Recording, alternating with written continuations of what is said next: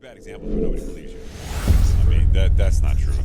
You see, so it's like, okay, so you have a three-panel AI model where it's got to be the majority. Yeah, like Minority Report. There you go. Yeah, you got your three future-seeing people in their little jelly bath. Yeah. Just kind of chilling. Look at you. Yeah. See, I'm here. I know people are thinking, oh, my God, guys, that's amazing. You guys are all these positive gummies and lollies about AI, but there are threats. Oh, scary And threats. I know that people think of China as like a third world country, but there's some pretty sophisticated jobs in China. Especially when you pass by the Tesla store now, you see this fucking robot staring at you. You're like, God damn. Please buy me. Yeah.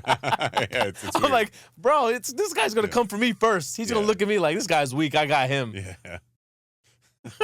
You are obsolete. Yeah. So I went on the path of reading about a particular freelance illustrator named Amber Yu in China.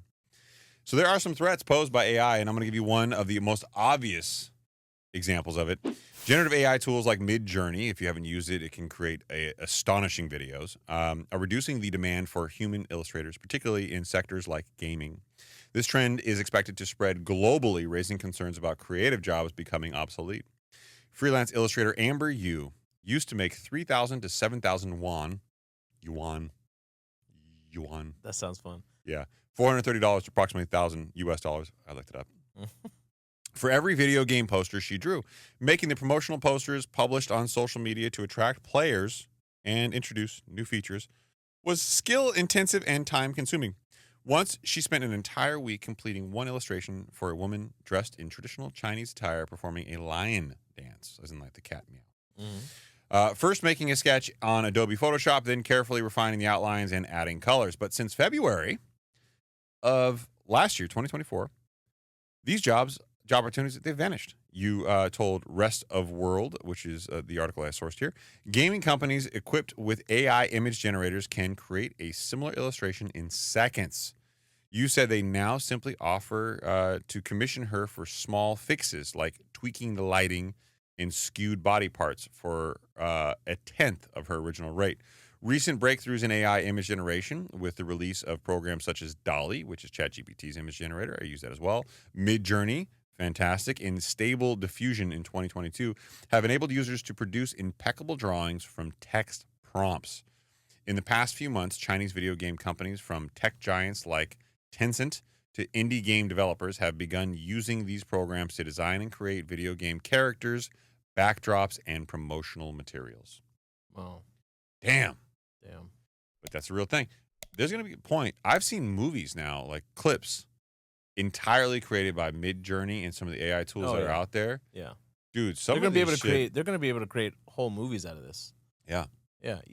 But the key thing here, right, is, and I don't know if I don't think you need to go and take a course for it. I think just practicing how to prompt over time, you'll learn what works, what doesn't work, how to, create exactly what you need. I have an example here of a progression in prompting that I thought would be valuable for the listeners. No, hit me with a prompt. Baby. So this is what would be considered a vague prompt. Right. Okay, tell me about AI. Yeah, not good enough. Not good enough, right? No. It's too broad, and it'll spit you out an answer, but not what you want. Right? It's not the right way to go. Here's an improved prompt. Can you explain the role of artificial intelligence in healthcare, particularly in diagnosing diseases like cancer? Okay, you'll get a more general, but curtailed response, right? Next, a targeted prompt, right? This is where the skill starts to come into play.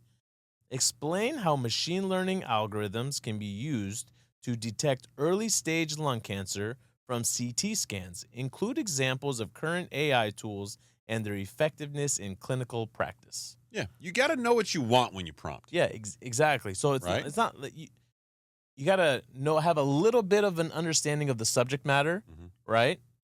In order to get what you want exactly. And now here's a refined prompt with context.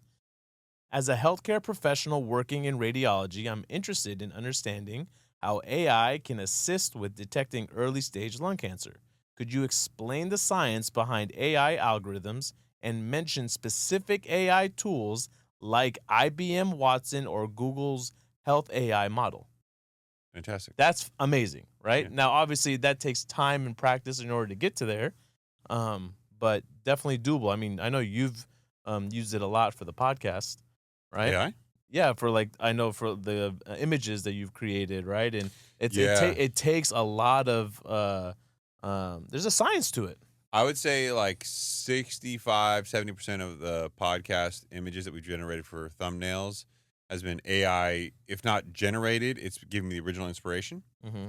I also use ChatGPT, and basically what I do before I even create an episode, I create an outline for us to follow. And then what I'll do is I'll kind of come up with some ideas, and I'll really spitball back and forth on what I want to cover. I generally feed in articles and topics that I want, and then I'll ask it to put them in a pattern or organizational cadence that it makes sense for us. A nice flow, right? Nice flow. And then I'll usually say, hey, I want some more data around this topic, and I'll be a little more specific. And then by the time I actually record the show, I'll download the transcript of us speaking to one another, put it back into AI, say this was the result of it, give me some ideas for title, give me some ideas for show notes, give me some ideas for thumbnails. And I just have like a couple prompts that I continue to reuse and recycle through it. But basically the way it works now is it's actually one project under ChatGPT. And then I'll feed back into it the final product. So if I make a final thumbnail, I'll feed it back into it and say, look, this is kind of the aesthetic I want. Remember this for next time. And it does. Beautiful. So it's gotten sharper and sharper. And I've gotten better at prompting too. But so I'm going to give you and our listening audience an option here. I have a lot more on this. And to give you an idea of a flavor of what a lot more is we're about halfway through the content that I have on AI. I think it's more and more